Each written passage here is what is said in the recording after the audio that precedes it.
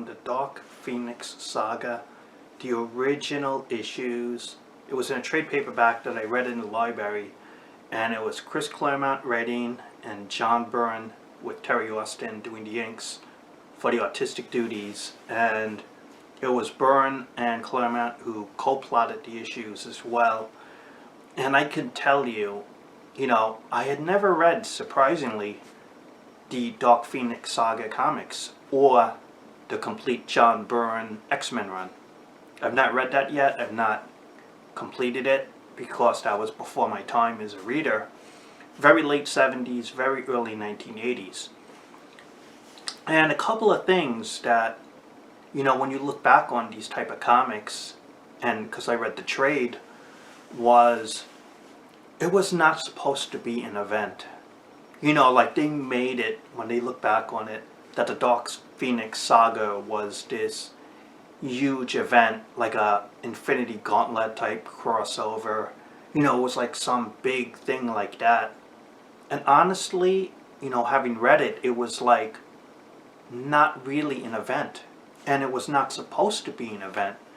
It was just supposed to be an X-Men storyline that was part of the run of the books that they were working on.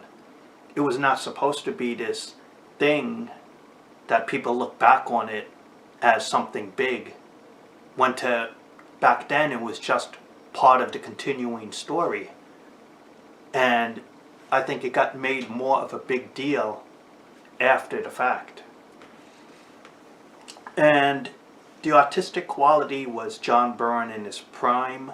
You could see when you read all these issues, why the X-Men book from the late 70s and the early 80s, why the X-Men book was one of the best books that Marvel was publishing in its day. Because the quality of it, the overall package, it was much better than a lot of the contemporary books that was being published by Marvel and DC Comics. The quality was outstanding for its time, and it holds up really well, in my opinion, still. Shadowcat, also known as Kitty Pryde, plays a role in this. You get introduced to the character, and that's how it starts out.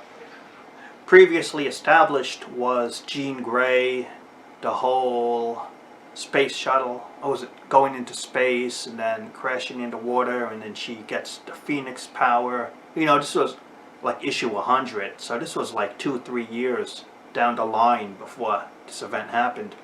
And she gets the red costume basically and becomes Dark Phoenix, right? When what happened really was, and some spoilers, so this is an old storyline, you've probably seen some of it in the cartoon or movies, but okay, spoilers. So I told you about it. So if you want to continue and hear this video, okay, let's get to it.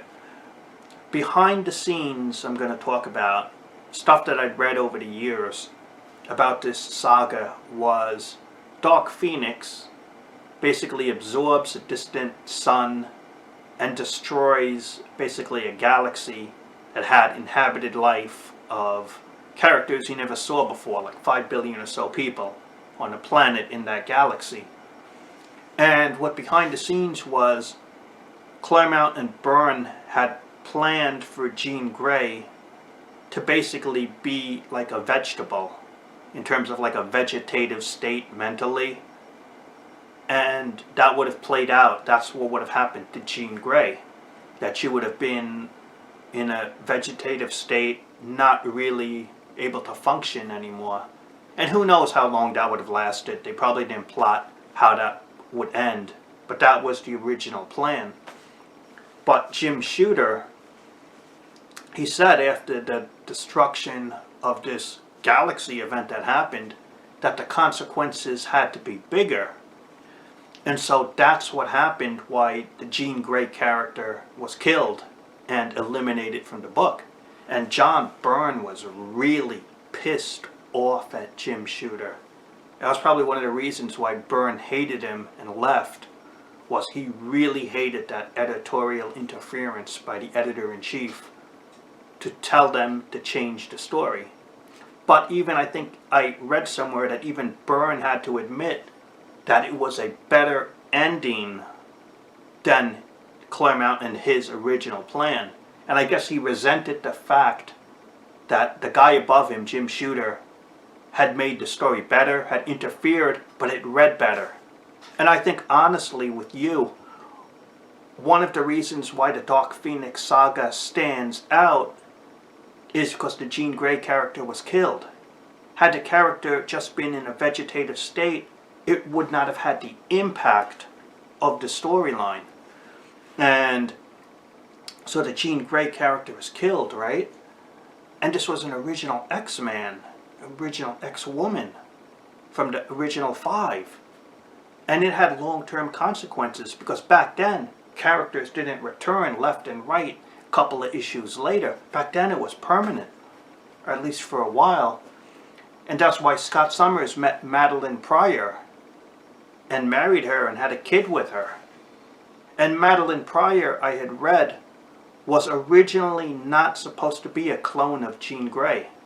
It was supposed to be someone who resembled her, but it was not supposed to be the Goblin Queen. It was not supposed to be a clone of Jean Grey.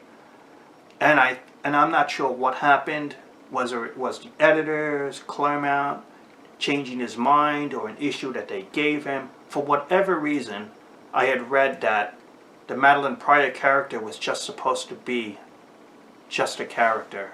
It was not supposed to be a clone, and what happened later on. When Scott Summers had moved on with his life, and everyone else had to deal with Jean Grey not being there anymore. And so I think the real long-term consequences was that editorial change for the better that made the saga great. But it was not, when she was powered up, the X-Men took care of it only in 1 or 2 issues. When she got powered up, it wasn't like an event that took 5, 6, 7 issues of her powered up on a destructive rampage across the universe. That wasn't the case. So it was really a self-contained X-Men storyline. And it was enjoyable. And it shows you why Claremont and Byrne made this book fantastic, you know. And I had read years later, the reason that Claremont, or actually Byrne, left was he couldn't stand the writing by Claremont, who had changed some of the key. In other words, Byrne's art, he had a certain aspect that he wanted portrayed, and Claremont's writing completely disregarded and changed Byrne's intention, and he couldn't put up with that. And at some point, then he left, went to DC Comics, revitalized Superman, etc. So, but this Dark Phoenix Saga, fun read, good read. It's the first time I read the whole thing, and if you check it out, I think it's good comics. So that's the review. Let me know if you want to see more of this type of stuff. Talk to you later. Thanks for watching.